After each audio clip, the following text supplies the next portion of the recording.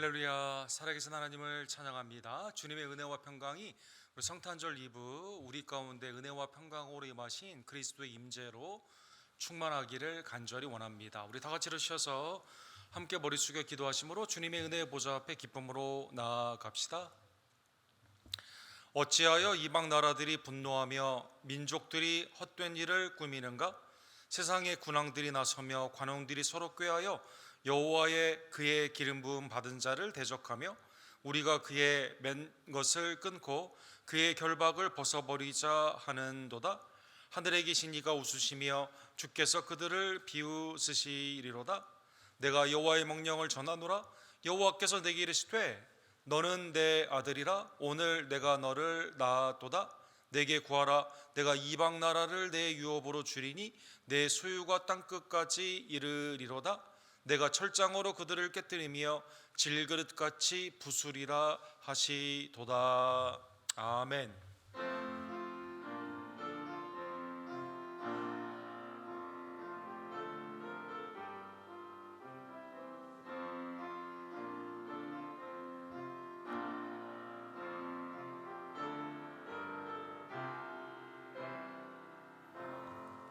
사랑과 자비가 풍성하신 하나님 아버지, 영원 가운데서 아들을 우리에게 보내주시는 구원의 작정과 섭리 가운데 특별히 마리아를 통해 성육신의 은혜로 예수님을 우리에게 보내주심에 감사를 드립니다. 나를 죄와 사망에서 구원하여 이 땅에 오신 예수님, 하나님의 은혜 앞에 우리가 감사하고 예수님을 사랑하며 성령 안에서 주님과 동행하며 오신 주님을 증거하는 복된 종들 낼 수 있도록 주님 역사하여 주시옵소서.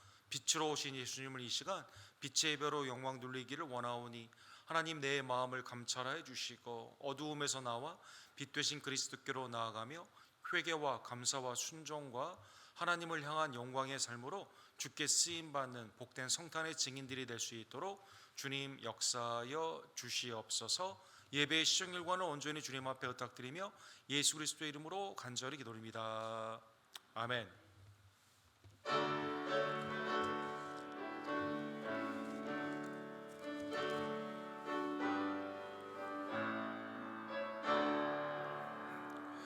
기쁘다 구주 오셨네. 만백성 맞으러 온 교회여 다 일어나 다 찬양하여라. 다 찬양하여라. 다 찬양하여라.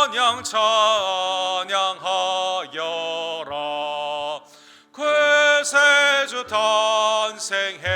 탄생했으니 다 찬양하여라. 이 세상에 만물 대회라. 다 화답하여라. 다 화답하여라. 다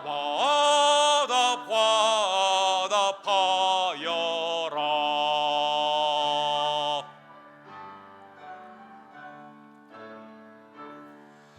온 세상 죄를 사하려 주 예수 오셨네. 죄와 슬픔 몰아내고 다 구원하시네. 다 구원하시네. 다 구원하시네.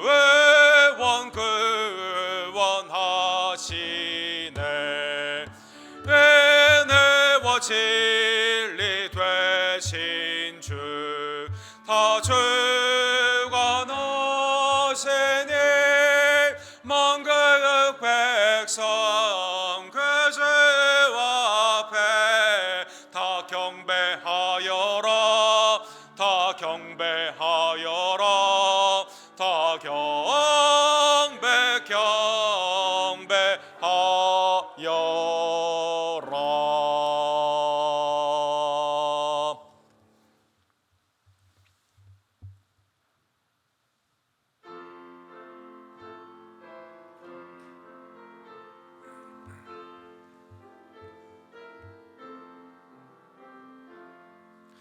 천사들의 노래가 하늘에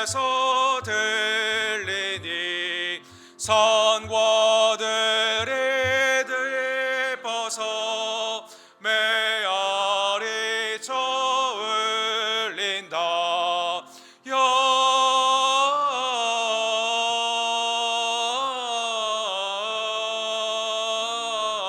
영광을 높이 계신 주께 영광을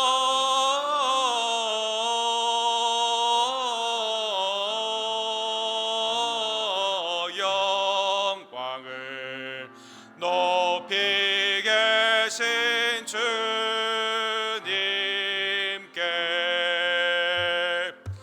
한밤중에 목자들 양떼들을 지킬 때 아름다운 노래가 청아하게 들린다.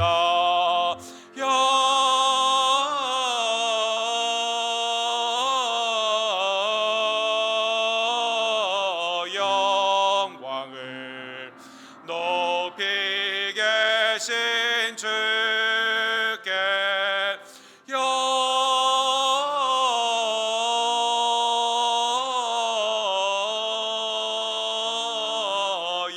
영광을 높이 계신 주님께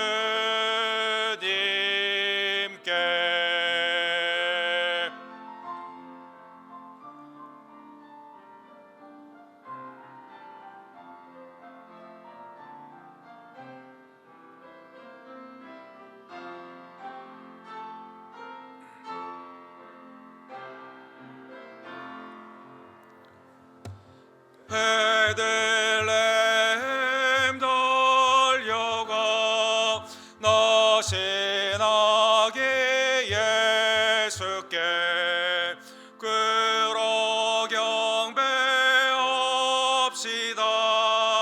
탄생하신 아기께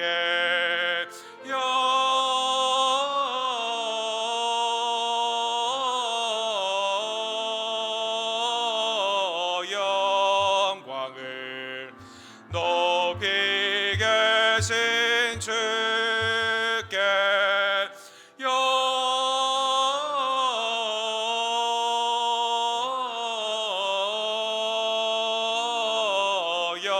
영광을 높이 계신 주님께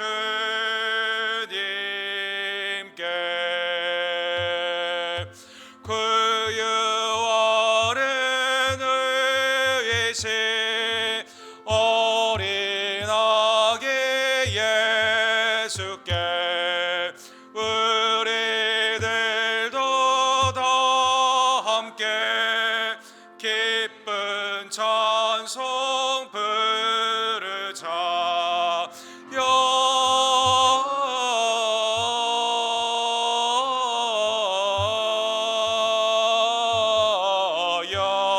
영광을 높이 계신 주께 영광을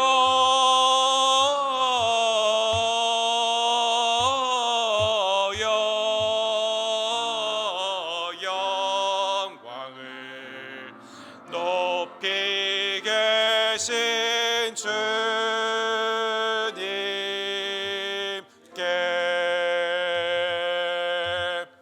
사도신경으로 우리의 신앙을 주께 함께 고백합시다. 전능하사 천지를 만드신 하나님 아버지를 내가 믿사오며 그 외아들 우리 주 예수 그리스도를 믿사오니 이는 성령으로 잉태하사 동정녀 마리아에게 낳으시고 본디오 빌라도에게 고난을 받으사 십자가에 못 박혀 죽으시고 장사한 지 사흘 만에 죽은 자 가운데서 다시 살아나시며 하늘로 오르사 전능하신 하나님 우편에 앉아 계시다가 저로로서 산자와 죽은 자를 심판하러 오시리라. 성령을 믿사오며 거룩한 공예와 성도가 서로 교통하는 것과 죄를 사하여 주시는 것과 몸이 다시 사는 것과 영원히 사는 것을 믿사옵나이다. 아멘. 자리에 앉아 주실 때 우리 박용성 집사님께서 우리를 위해서 기도해 주시겠습니다.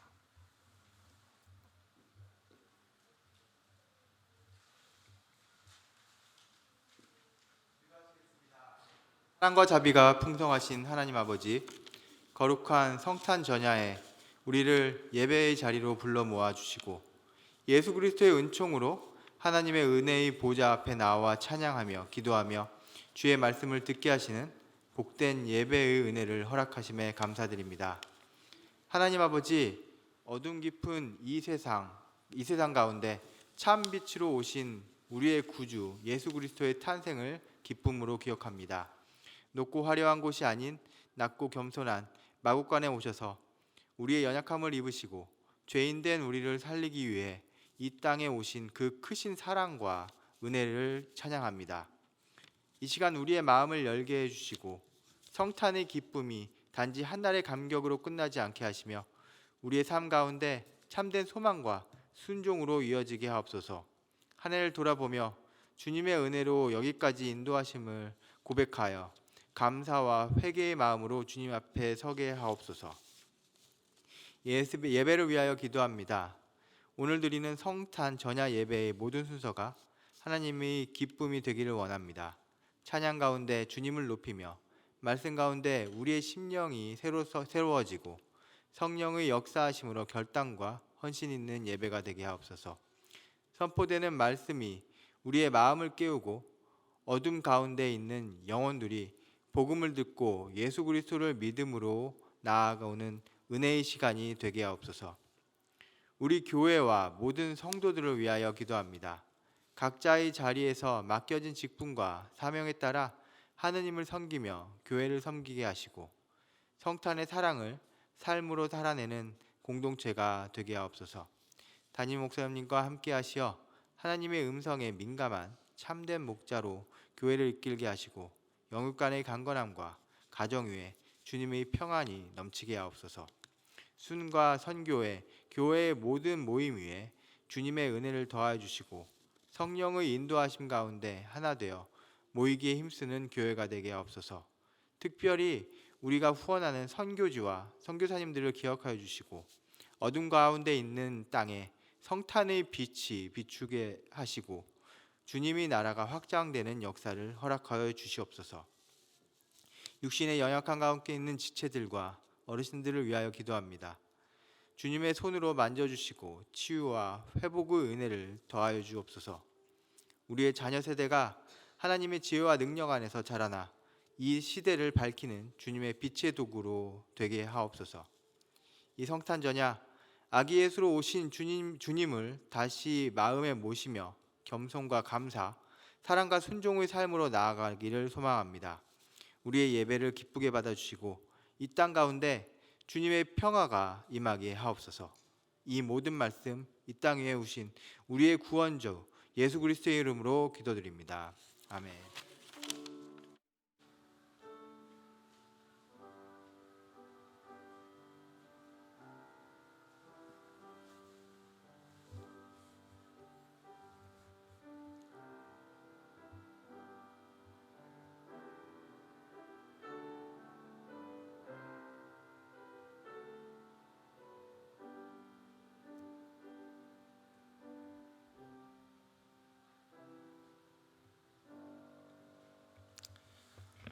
우리 성탄절 2부 우리 큰 기쁨의 좋은 소식 예수님의 탄생 소식을 알리는 누가복음 2장 1절에서 14절 우리 한 절씩 함께 교독합시다. 그때 가이사 아구스도가 영을 내려 천하로 다 호적하라 하였으니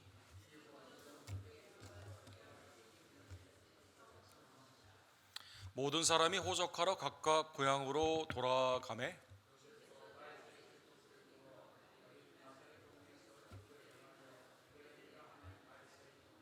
그 약혼한 마리아와 함께 호적하러 올라가니 마리아가 이미 잉태하였더라.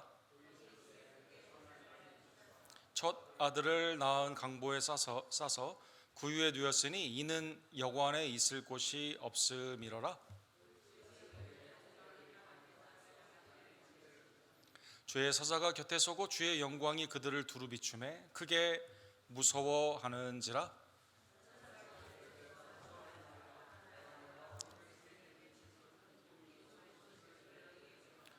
오늘 다윗의 동네에 너희를 위하여 구주가 나셨으니 곧 그리스도 주시니라.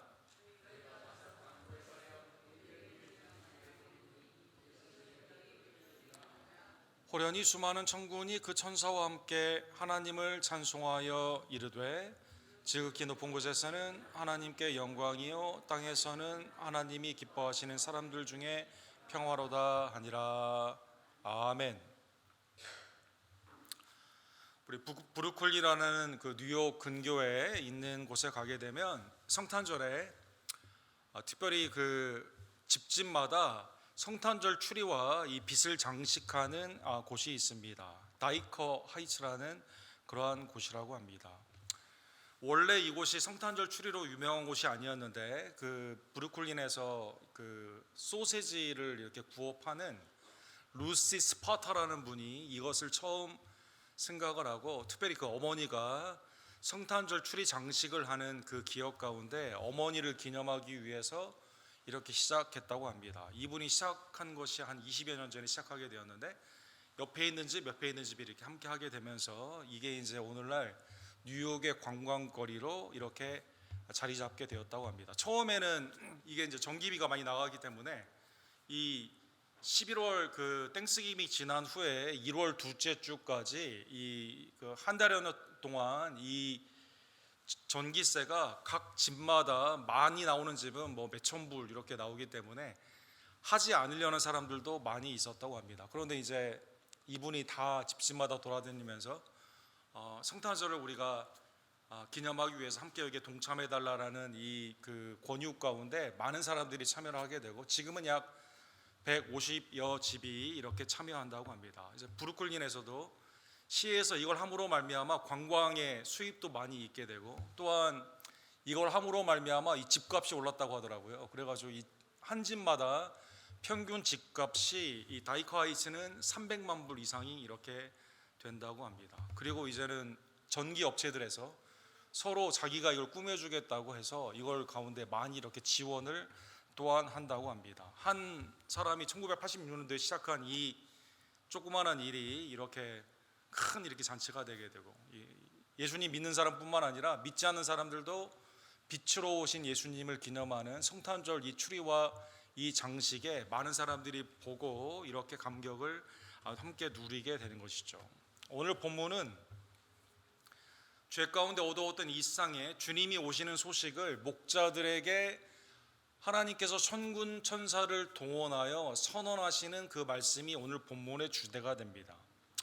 누가복음 2장 1절과 2절에 보면 역사적인 배경을 오늘 본문에 누가가 잘 기술을 하고 있습니다. 그때 가이사 아우구스도가 영을 내려 천하로 다 호적하라 했으니 이 호적은 구레뇨가 수리아 총독이 되었을 때 처음 한 것이라. 이 시저의 양아들이죠. 아우구스투스라고 하는 이 로마의 초대 황제가 BC 27년에서 AD 14년에 이렇게 로마를 통치하게 되었는데 로마의 전성기를 구가하는 시기가 이때부터 일어나게 되죠. 그래서 여러 식민지를 다 차지하게 되면서 이 두 가지를 요구하게 되는데 하나는 세금이고 두 번째는 이제 징병에 관련되어 있는 군대에 동원하기 위해서 호적을 이렇게 실시하게 된 겁니다. 곳곳마다 이 가버너라고 하는 이 총독을 세우게 되었는데 구레뇨라고 하는 사람은 이 수리아뿐만 아니라 예루살렘과 이 근교에 있는 곳에 BC 7년에서 AD 6년까지 이렇게 통치를 했다고 합니다. 그 다음에 예수님이 태어나실 그 당시에는 헤롯 더 그레이시라고 하는 헤롯 대왕이 이 통치를 하는 분복 왕의 시대였죠. 그래서 꼭두각시처럼 예루살렘을 다스리고 있게 되는데 이 헤롯 대왕은 BC 4년도에 죽었습니다. 그래서 이 누가복음의 배경을 보게 되면 예수님의 탄생의 시기가 BC 6년에서 아마 4년 정도 될 것이다라고 우리가 추측을 해볼 수가 있습니다. 그래서 어쨌든 징병이나 이 세금에 관련돼 있는 이 로마의 통치 가운데 로마에 있는 모든 식민지까지도 다 고향에 가서 호적을 다시 한번 정리하라라고 하게 된 것이죠. 영국 옥스포드 대학의 이 로마 역사에 그 가장 권위가 있는 에드리안 골드워스라는 그분 그 책을 보게 되면 팍스 로마나 로마의 평강이라고 하는 그 유명한 책이 있습니다. 이 책에 보면 로마가 크게 네 가지를 중심으로 여러 식민지를 다스리게 되었을 때 초대 강력의 제국으로 통치를 할 수 있었다고 합니다. 하나는 레드암이라고 불리우는 붉은 망토, 로마의 붉은 망토, 10부장, 50부장, 100부장, 1000부장의 시스템에 이 브리게이드 시스템이라고 하죠. 이 오늘날의 소대, 중대, 대대, 연대 이러한 것들을 처음으로 이렇게 마련한 로마가 이 군사력으로 위협을 했습니다. 그래서 압제된 평화다. 로마에게 군대로 저항을 못하게 하는 것이죠. 또 하나는 황제가 나의 삶의 주관자라고 하게 되는 Caesar is the Lord라고 하는 황제 숭배를 이렇게 강요를 했습니다. 제우스 신전과 더불어 거기에서 황제를 이렇게 숭상을 하게 된 것이죠. 그 다음에는 이제 세금입니다. 경제적인 착취를 통해서 식민지에서 최소 30%에서 40%에 있는 조공과 텍스를 먹였기 때문에 로마의 모든 거리, 모든 길은 로마로 통하지 않습니까? 여기에 있는 거래세를 사람들 세리를 고용하여 맡겨가지고 이제 오늘날의 IRS라고 하죠. 이 세무에 관련되어 있는 시스템을 잡았기 때문에 이 배고픈 평화라고 불리우는 로마가 다 가져가는 겁니다. 중요한 것은 로마가 다 착취를 하게 가는 거죠. 그 다음에 이제 로마에 덤비게 되면 크루시픽션, 십자가형이라고 하는 무서운 이러한 것과 그 다음에 이제 무차별하게 빌라도도 갈릴리에서 폭동이 일어나게 되었을 때 아예 제우스의 신전에 사람들의 피를 섞어버리지 않습니까? 그래서 두려움과 억압 가운데 사람들에게 공포를 주어가지고, 그러니까 이 네 가지의 기둥이 진정한 평화가 아니라 이 눌려있는 로마를 숭상할 수밖에 없고, 그것은 두려움 가운데 하게 되는 그러한 가운데 로마의 평화가 유지되었다는 것입니다. 그러니까 나사렛이라는 그 먼 곳에서 지금 아내는 임신한 상태에 있는데 요셉이 마리아와 더불어 어디까지 가야 될까요? 예루살렘에서 떨어져 있는 양들을 많이 제사용으로 쓰는 양들을 많이 키우는 베들레헴까지 이렇게 가야만 되었다는 것입니다. 어떻게 보면 하나님의 나라가 세속의 나라 가운데 이렇게 굴복한 것 같은 그러한 모습으로 예수님의 탄생의 소식은 이 어머니가 이렇게 고생을 하는 긴 여정 가운데 이러한 모습으로 시작이 되었던 겁니다. 4절에 보면 요셉도 다윗의 집 족속으로 갈릴리 나사렛 동네에서 유대를 향하여 베들레헴이라 하는 다윗의 동네로 갔다 이렇게 나와 있습니다. 그리고 5절에 보면 마리아가 이미 잉태되었다라고 나와 있습니다. 그렇죠. 천사의 수태 예고를 통해 성령으로 잉태되었던 마리아가 이제 아직 잠자리를 같이 하지 아니하고 아기가 낳게 되면 이름을 예수라 하는 그 모습 가운데 요셉도 믿음 가운데 호적의 명령 가운데 이 세속의 나라의 명령에 어쩔 수 없이 이 식민지 가운데 굴복하여 고향 이 다윗의 그곳으로 베들레헴으로 이렇게 가게 된 겁니다. 놀라운 것은 그런데 이 가운데 하나님의 섭리가 성취가 되었습니다. 미가서 5장 2절에 보면 이때는 남유다, 북이스라엘은 이미 망했고 남유다 가운데 이사야와 함께 활동을 했던 미가라는 선지자를 통해서 하나님이 말씀하시죠. 베들레헴아 에브라다야 너는 유다 족속 중에 작을지라도 이스라엘을 다스릴 자가 내게로 나올 것이라 그의 근본은 상고의 영혼에 있느니라. 그러니까 예수님이 탄생하기 이미 680년에서 700년 전에 마이카 하나님과 같은 분이 누구입니까? 라는 이름을 가진 선지자가 영원 가운데서 ancient time, 영원한 시간 가운데 다스리는 통치자가 나오게 되는데 다윗은 이미 죽었지 않습니까? 남유다도 지금 나라가 망하기 직전이거든요. 그런데 여기에서 하나님의 영원한 왕위의 통치자가 그의 근본은 상고의 영원한 그 자가 이스라엘을 다스릴 자가 이 가운데 나오게 된다는 것입니다. 아니 인간이 어떻게 영원히 삽니까? 왕들은 다 태어났다 자라고 그 다음에 통치를 하고 죽지 않습니까? 그런데 베들레헴에서 하나님의 영원 가운데 있는 분이 이 가운데 나타나서 영원한 다윗의 그 왕위의 언약을 성취하여 주시게 된다는 것입니다. 그런데 문제가 하나 생겼습니다. 6절과 7절에 보면 호적을 하러 베들레헴에 갔는데 오늘 본문에 보면 해산에 가까운 이 상황에서 7절에 보니까 첫 아들을 낳았어요. 그런데 누울 곳이 없어서 짐승들이 살고 있는 구유의 이 가운데 누일 수밖에 없는 형편이었다라는 것입니다. 7절에 보면 이유가 나와 있습니다. 이는 여관에 있을 곳이 없음이러라. 원어에 보면 카타루마라는 헬라 단어가 나와 있습니다. 이 단어는 호텔이나 여관을 의미하는 돈을 받고 이렇게 그 잠자리를 제공하는 그러한 의미가 아니라, 상업적인 숙소의 그러한 의미가 아니라, 상업적인 숙소는 누가복음 10장 34절에 보면 예수님이 다른 단어를 사용하셨습니다. 이 강도 맞는 자가 있게 되죠. 제사장 지나갑니다. 레위인 지나갑니다. 사마리아 사람이 그에게 상처에게 포도주를 붓고 그 다음에 이 사람을 데려다가, 성경에는 주막이라고 표현이 되어 있습니다. 이게 이제 여관이죠. 주막으로 가서 돈을 지불하라고, 더 필요하면 나에게 알려달라고 말을 하는 장면이 있습니다. 예수님이 오늘 본문에 보면 이 상업에 있어서의 여관과 호텔도 아마 다 찼을 것이지만, 심지어 예수님의 친척이나 그곳이 고향이기 때문에 내가 호적을 하러 나사렛에 있지만 다윗의 그 후손이기 때문에 여기 왔습니다라고 말을 했는데, 이 중동 지방의 하스피탈리티, 환대는 모르는 사람이라도 집에서 그냥 재우거든요. 떠날 때까지 재우는 거거든요. 그런데 오늘 본문에 보면 아무도 그를 집에 들이지 않았다는 것입니다.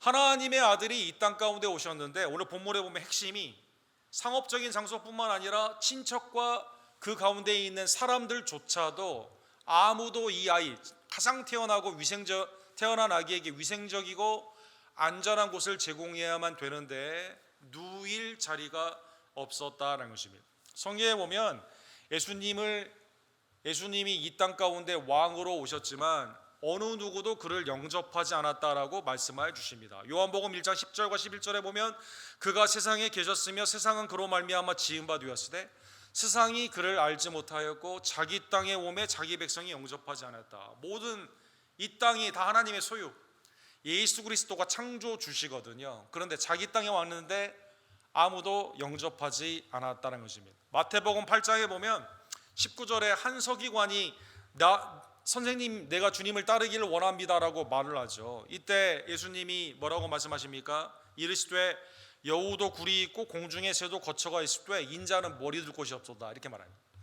자기가 지은 창조주로서 주인으로 이 땅에 오셨지만 아무도 그를 영접하지 않았고, 공중 나는 새도, 여우도 굴이 있고 거처가 있는데, 새들도 거처가 있는데 인자는 머리 둘 곳이 없었다는 것입니다.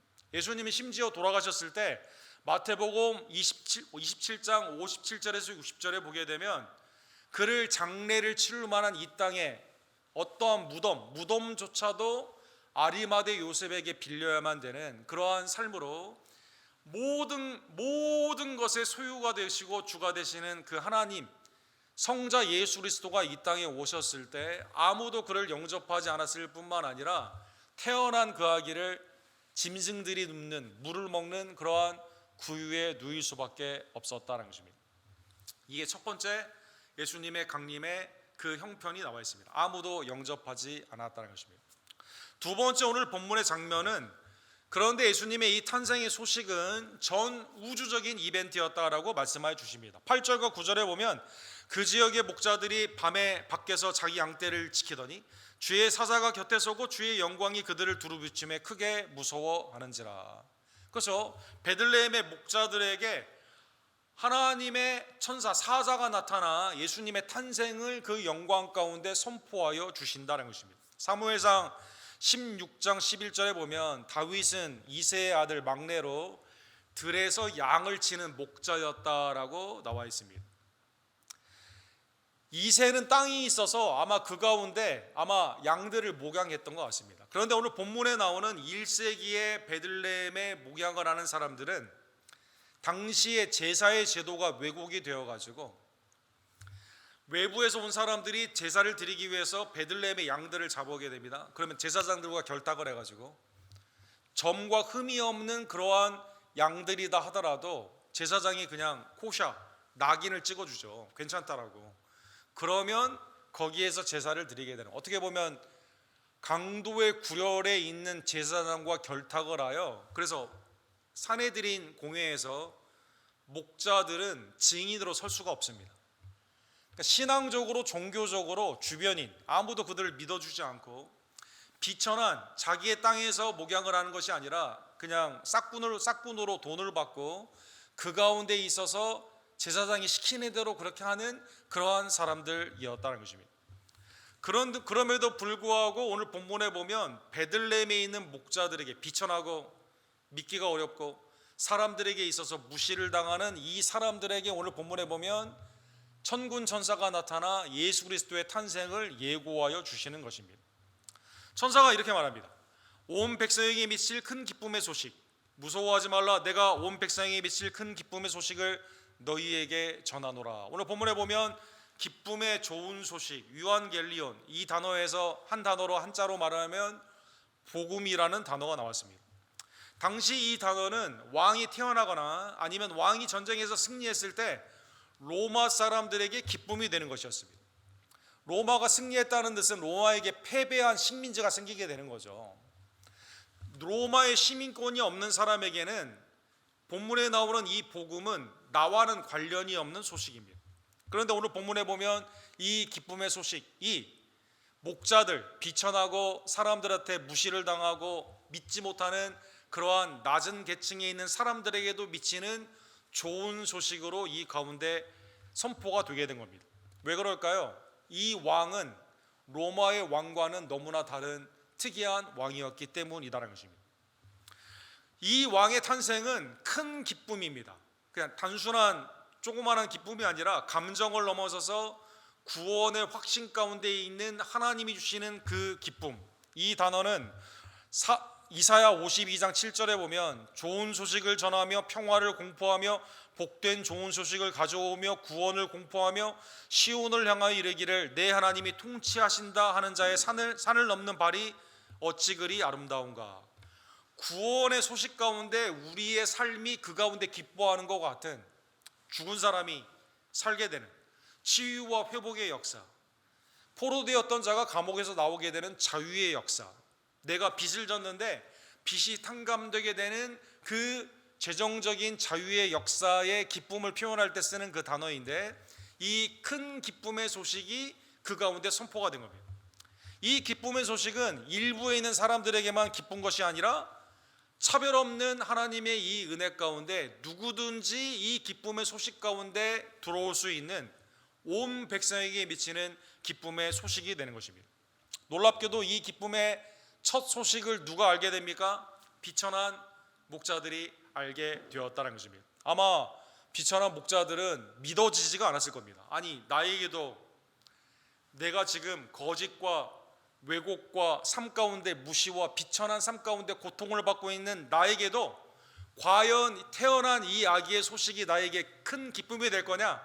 아마 마음 가운데 두려움과 의심이 아마 있었을 것입니다. 그런데 오늘 본문 11절에 보면 오늘 다윗의 동네에 너희를 위하여 구주가 나셨으니 곧 그리스도 주시니라. 이 아이의 명칭을 듣게 되었을 때 이게 왜 나에게 기쁨의 소식인가를 그들은 깨닫게 된 겁니다. 이 아이는 소테르라는 이름을 가지고 있습니다. 구원주다라는 단어입니다. 이 단어는 구약의 하나님, 주 여호와 하나님이라고 했을 때 애굽에서 속량하신 하나님께만 쓰이는 단어로 쓰이는 단어가 구주라는 단어입니다.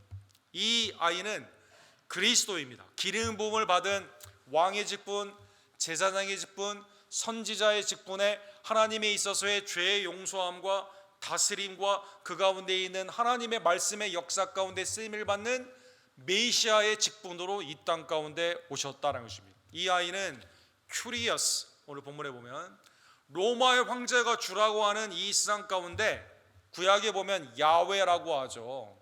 모든 만물을 창조하시고 섭리 가운데 역사하시며 그의 뜻 가운데 통치하시는 만왕의 왕 만주의 주라고 표현하는 이 단어의 명칭을 가진 자가, 그리고 이 사역을 하는 자가 곧 태어난 이 아기이다라는 것입니다. 이 아이가 먼 훗날에 태어나는 게 아니라 언제 태어났어요? 11절에 앞에 보면 오늘 그렇죠. 예수님이 삭개오에게 오늘 이 집에 하나님의 구원이 이르렀다라고 말씀하여 주시고 십자가의 강도 앞에 오늘 내가 나와 함께 낙원에 이르리라 말씀하여 주신 것처럼 지금 하나님의 놀라운 이 은혜가 구원주 구약에 있는 언약의 성취로 나의 삶을 통치자로 나를 죄와 사망과 모든 억압에서 이 묶여있는 이 죄의 포로에 된 삶에서 구원해 주시는 그분이 오늘 우리에게 나타나 주셨다는 것입니다.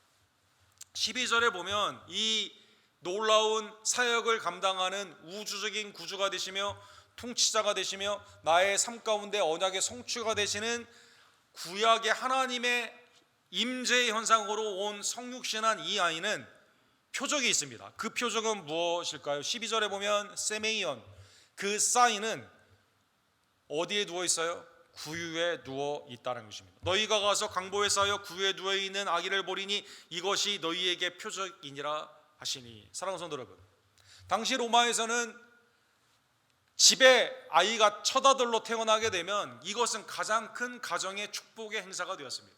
그리고 모든 사람들이 와서 이 아이가 잘 되기 위해서 축복을 하는 그러한 풍습이 있었다고 합니다.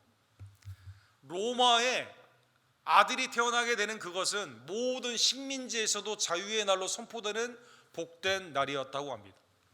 그렇다면 우주적인 기쁨의 소식으로 이 땅에 오는 그 아기는 왕의 혈통 가운데 로마의 궁궐에 태어나는 것이 맞습니다. 그리고 그의 소식은 수많은 군대 빵빠레를 통해서 그 선포가 나팔을 통해 선포가 되었어야만 되는 것입니다.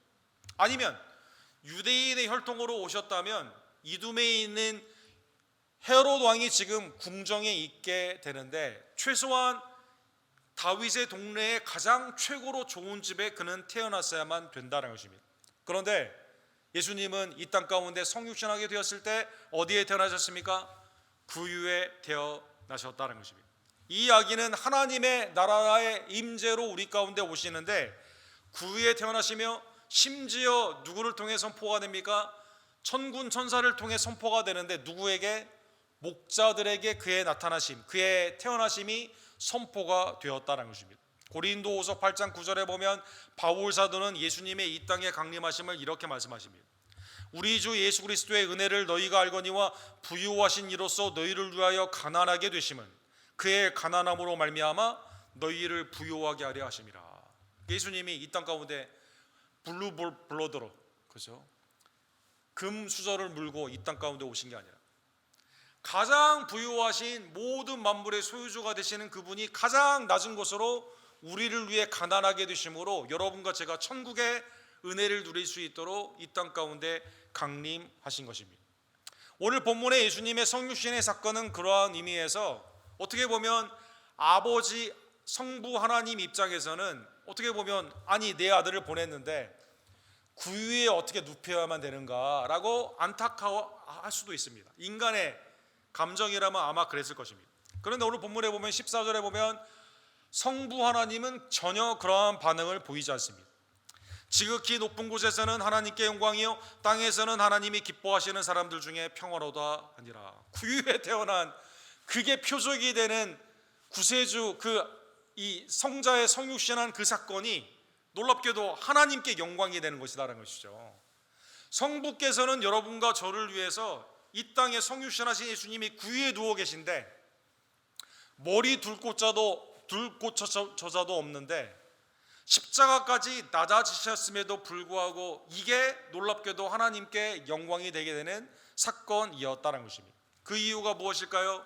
이렇게 해야만 죄와 사망 가운데 있던 우리들에게 무엇이 임하게 됩니까? 평화가 임하기 때문이다라는 것입니다. 요한복음 1장 14절에 보면 말씀이 육신이 되어 우리 가운데 거하심에 성육신하신 하나님의 임재가 마치 성전과 성막처럼 우리가 그의 영광을 보니 아버지의 독생자의 영광이요 은혜와 진리가 충만하더라. 우리 가운데 계신 그 하나님, 구유 가운데 계시고 머리들 꽂자 없으시고 십자가를 지신 그 예수님의 그 모습이 여러분과 저에게 무엇을 주십니까? 은혜와 진리를 우리에게 허락하여 주신다는 것입니다. 아버지께 영광 돌리는 그 모습이 놀랍게도 하나님의 은혜 안에서 십자가를 지시는 비천한 곳으로 낮아지시는 구원사가 하나님께 영광이 되게 되는, 그러니까 인간의 영광 가운데는 예수님의 이 사역이 이해가 되지 않죠. 예수님의 고난을 통해서만 하나님의 이 영광이 우리 가운데 드러나게 된다는 것입니다. 사랑하는 성도 여러분, 예수님은 이러한 직분과 선언 가운데 오셨는데, 그리고 그의 생애 가운데 이것을 그대로 성취하여 주셨습니다. 누가복음 19장 10절에 보면 인자가 온 것은 잃어버린 자를 찾아 구원하려 함이라. 잃어버린 우리들, 죄 가운데 에덴의 동쪽으로 떠나 사망에 묶여있던 우리들을 주님이 찾아주시고, 하나님의 은혜 안에서 세리나 창기나 목자나 죄인 중에 교수인 사울이라도 하나님의 은혜 안에서 찾아와 주시고 그 가운데 구원하여 주시는 놀라운 역사로 십자가를 통해 이루어 주신 것입니다. 빌립보서 2장에 보면 하늘 보좌에 계신 하나님과 동일한 그 아들이 오히려 자기를 비워 종의 형체를 가지사 사람들과 같이 되셨고 사람의 모양으로 나타나사 자기를 낮추시고 죽기까지 복종하셨으니 곧 십자가의 죽음이더라. 하나님의 놀라운 그 아들의 영광의 자리를 버리시고 낮은 자리, 십자가까지도 복종하시며 우리를 위해 죽으심으로 말미암아 온 백성에게 미치는 큰 기쁨의 복음의 그 기쁨의 소식을 그대로 성취하여 주신 것입니다. 오늘 본문의 말씀을 깨달으며 두려워했던 목자들, 얼마나 죄 가운데 이게 제사장과 결탁하라요, 뇌물 먹은 거 걸렸구나, 하나님의 천군 천사가 나타났을 때 얼마나 두려웠겠습니까? 우리에게 태어난 그 악이 우리에게 미치는 기쁨의 소식보다는 나의 죄가 드러나는 사건으로 이거를 거부한 것이 아니라 하나님이 그들 가운데 찾아주시는 그 나 앞에 굴복하며 기쁨으로 악이 예수를 찾아 경배하게 된 것처럼, 죄 가운데 어두움 가운데 우리의 삶이 드러날까 봐 두려워하던 우리의 모습이 빛으로 오신 예수님으로 말미암아 하나님의 자녀가 되는 놀라운 축복을 그리스도의 은혜로 받았기에 이제는 성탄의 기쁨으로 하나님의 영광을 돌리는 주의 종들 되기를 주님의 이름으로 간절히 축원합니다. 베드로전서 1장 8절과 9절에 보면 예수를 너희가 보지 못하였으나 사랑하는도다. 이제도 보지 못하나 믿고 말할 수 없는 영광스러운 즐거움에 기뻐하니 믿음의 결국 곧 영혼의 구원을 받음이라. 예수님 우리는 보지 못했지만 주님이 하신 그 역사적인 증인들의 증언을 통해서 십자가와 부활의 은혜를 우리는 알게 됩니다. 보지 못했지만 믿고 말할 수 없는 영광 가운데 우리는 기뻐하고 즐거워하게 되는 겁니다. 왜? 예수 그리스도를 믿음으로 말미암아 우리의 영혼은 구원을 받고 우리의 몸은 부활에 참여하게 되며 영원한 영생의 은혜에 들어가기 때문에 우리는 기쁨으로 주님을 맞이하고 증거하며 동행하게 된다는 것입니다. 오늘 본문에 보면 목자들은 이 소식을 듣고 찾아가 마리아에게 자초지정을 설명하게 됩니다. 그리고 오늘 누가복음 2장 20절의 뒷부분은 이렇게 되어 있습니다. 우리 마지막으로 읽고 우리 말씀을 마치도록 하겠습니다. 목자들은 자기들에게 이르던 바와 같이 듣고 본 모든 것으로 인하여 하나님께 영광을 돌리고 찬송하며 돌아가니라. 예수님을 본 전과 후는 완전히 다른 거죠. 전에는 어떻게 했는지 내가 제사장에게 잘 보여가지고 뇌물 가운데 사람들이 나를 비천하게 보기 때문에 내가 어떻게 살기 위해서 이 세상에서 사는 방법은 그거라고 생각했던 사람들인데 똑같은 일터이지만 이제는 그렇지 않습니다. 듣고 본 것으로 말미암아 이제는 하나님께 영광을 돌리는 삶을 살게 됩니다. 여러분과 저도 마찬가지입니다. 전에는 이 세상에 죄된 세상, 로마 가운데 두려움으로 살고 있는 세상에서 서바이브 하기 위해서는 거짓과 왜곡에 되었던 우리의 삶이 이제는 하나님의 은혜의 빛으로 우리 가운데 나를 찾아주신 예수 그리스도의 은총으로 구원받았기에 구세주 되신 예수님, 나와 함께 계시는 예수님, 하나님의 구약의 언약의 성취로 오신 예수님을 사랑하며 듣고 본 예수 그리스도를 증거하며 기쁨과 감사함으로 하나님께 영광을 돌리는 하나님의 성탄의 증인들 되기를 주님의 이름으로 간절히 축원합니다. 기도합시다.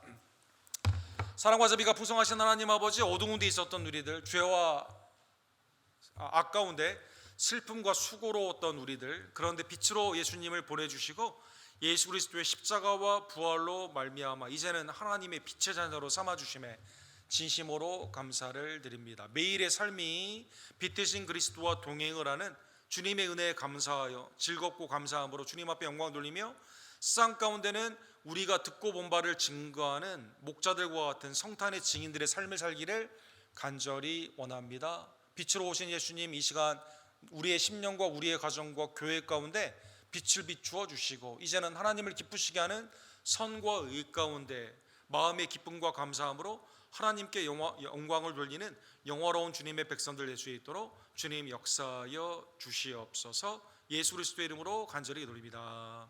아멘. 주신 말씀 기억하시면서 천사 찬송하기를 우리 함께 찬양 드리시면서 준비한 예물을 주께 드립시다.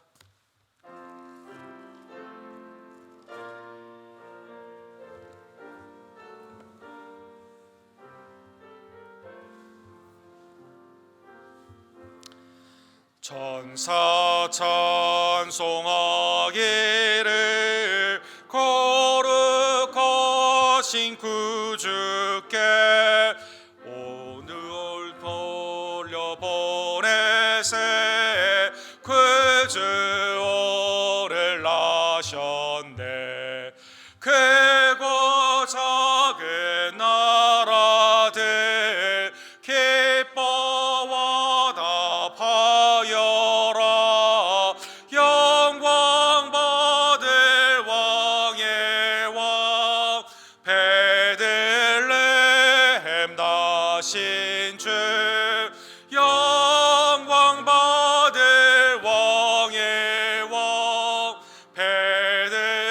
베들레헴 나신 주 오늘 나신 예수는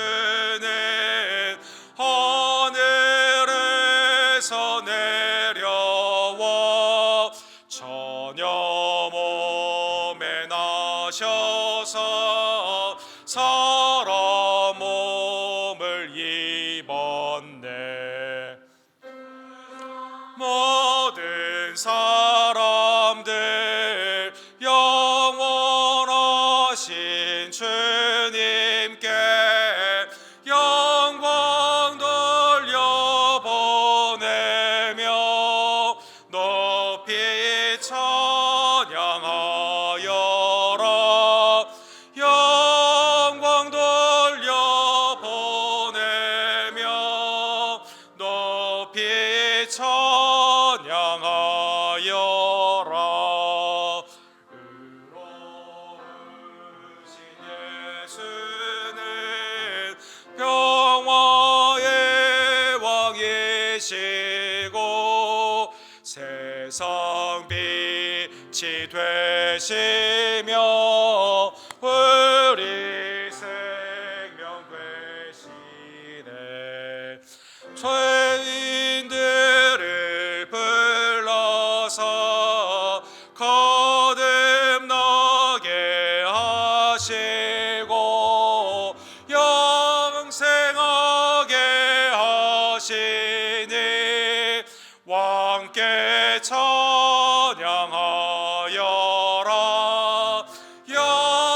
영생하게 하시니 왕께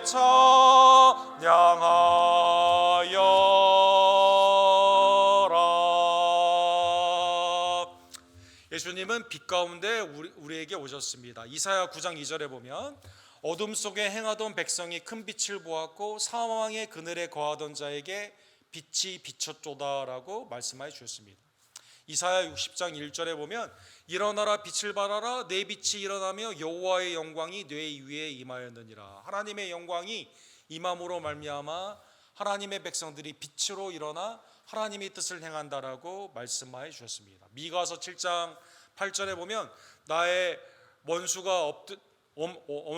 원수가 내가 엎드러져도 일어나리라 어두운 데 앉아도 여호와께서 내게 빛을 비추시리라 이렇게 말씀하여 주셨습니다. 수많은 세상이 흑암 가운데 우리를 압제한다 하더라도 주님의 빛 가운데 우리는 일어난다라고 말씀하여 주셨습니다. 오늘 빛으로 오신 예수님 이 시간 촛불을 통해서 하나님 내 마음을 비추어 주시고 하나님의 은혜 안에서 이제는 빛의 자녀로 살기를 원합니다. 하나님의 은혜의 이 빛의 사건을 하나님께 영광으로 촛불 예배로 영광 돌리기를 원합니다. 불을 다 꺼주시고 고요한 밤 거룩한 밤 우리 중앙에 있는 예수님의 빛을 촛불을 통해서 성도님들 받아주시고 고요 한번 고록 한번 우리 찬양으로 주께 영광을 돌립시다.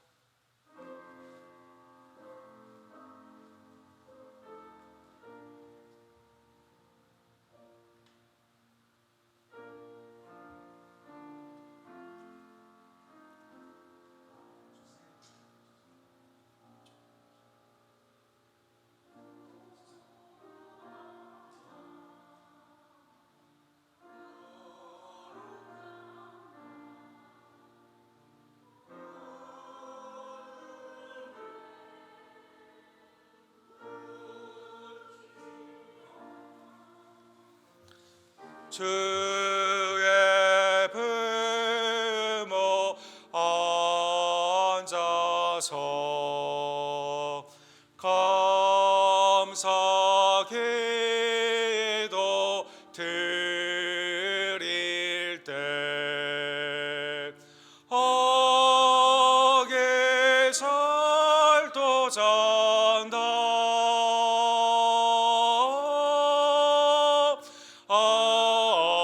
악이 살도 잔다.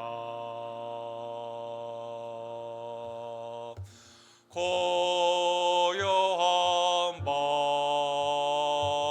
거룩한 밤 영광이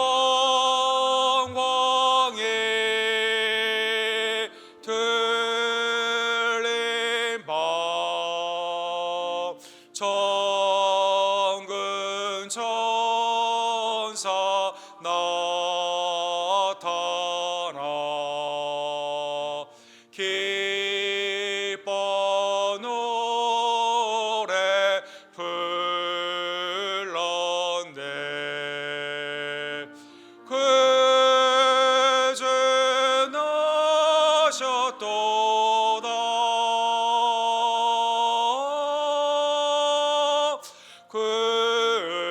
그주 나셨도다.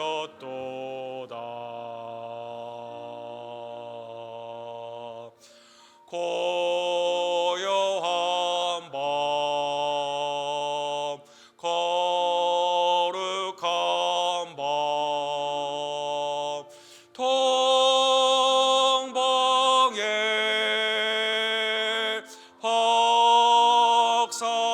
박사들 별을 보고 찾아와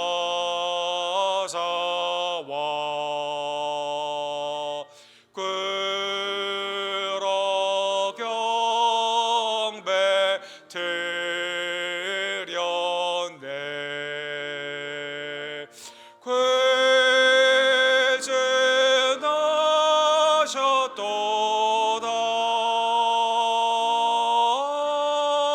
나셨도다. 그주 나셨도다.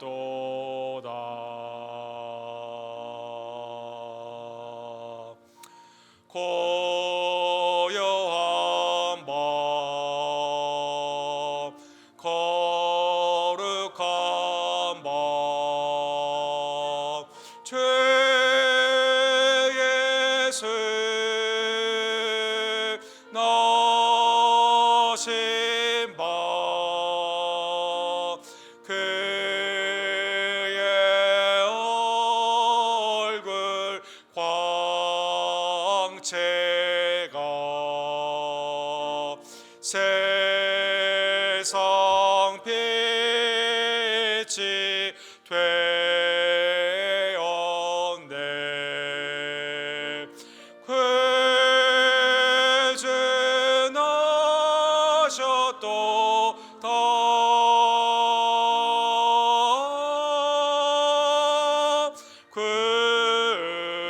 그주 나셨도다. 기도합시다. 마태복음 4장 16절 어두움에 앉아있던 백성이 큰 빛을 보았고 죽음의 그늘에 앉아있던 자들에게 빛이 비쳤다 하였느니라. 요한복음 1장 4절 그 안에 생명이 있었으니 그 생명은 사람들의 빛이라 빛이 어두움에 비추되 어두움이 깨닫지 못하더라. 요한복음 8장 12절 예수님이 말씀하시되 나는 세상의 빛이라 나를 따르는 자는 어두운 데 다니지 아니하고 생명의 빛을 얻으리라. 요한복음 12장 46절 나는 세상의 빛으로 온 것이라 나를 믿는 자는 어두운 데 거하지 아니하리라. 마지막 베드로전서 2장 9절 그러나 너희는 택하신 족속이요 왕같은 제사장들이요 거룩한 나라요 그의 소유가 된 백성이니 이는 너희를 어두운 데서 불러내어 그의 놀라운 빛에 들어가게 하신 이의 아름다운 덕을 선포하게 하려 하심이라. 아멘. 사랑과 자비가 풍성하신 하나님 아버지, 죄와 사망과 어두움과 흑암에 있던 우리들 빛으로 오셔서 우리를 대신하여 십자가에서 하나님께 생명을 드려주시고 부활로 말미암아 이제는 하나님의 의와 선과 빛의 자녀로 삼아주심에 진심으로 감사를 드립니다. 우리를 하나님의 왕같은 제사장들이요 거룩한 나라요 소유된 백성으로 삼기 위해 이 땅에 오신 빛 되신 예수님, 우리를 어두움에서 불러내어 빛으로 인도해 주신 그 그리스도의 은혜를 선포하는, 증거하는 하나님의 복된 빛의 자녀들 될 수 있도록 주님 역사하여 주시옵소서. 하나님, 우리 언덕교회가 세상에 빛을 비추는 빛과 소금이 되기를 간절히 원하며 하나님을 향한 예배와 세상에 복음을 증거하는 전도와 그리스도 안에서 빛으로 사귐이 있는 하나님의 선과 의의 백성들로 주님 우리를 축복하여 주시옵소서. 예수 그리스도의 이름으로 간절히 기도드립니다. 아멘. 예배에 참여한 모든 분들에게 빛으로 오신 예수 그리스도의 은혜와 평강이 온전히 충만하기를 간절히 원합니다. 우리 불을 켜주시면 다 같이 일으셔서 마지막 찬양 기쁘다 구주에 오셨네, 우리 함께 1절만 찬양 드리시고 축도로 오늘 예배를 마칩시다.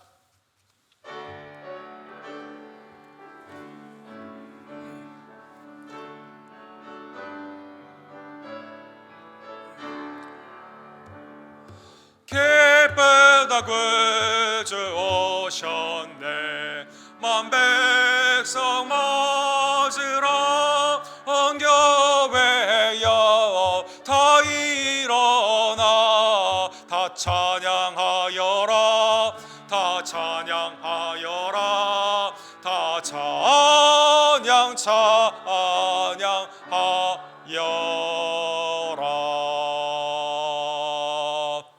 지금은 성경의 언약대로 빛으로 오시며 다윗의 언약의 영원한 왕위로 베들레헴에 태어나신, 그리고 우리를 위해 말구에 태어나시고 머리둘 곳도 없는 삶을 사시며 십자가의 대속의 은혜로 우리의 죄를 용서해 주신 만왕의 왕 만주의 주 구원주 예수 그리스도의 은혜와 아버지 하나님의 극진하신 사랑하심과 성령 하나님의 감동 감화하심이 이제는 주님과 동행하며 주님의 탄생의 기쁜 소식을 증거하는 목자와 같이 기쁨과 감사함으로 하나님을 찬미하며 증거하기를 간절히 원하는 예배에 나온 모든 지체들 머리 위에 그들의 성탄의 삶 위에 지금부터 영원토록 함께 있을지어다. 아멘.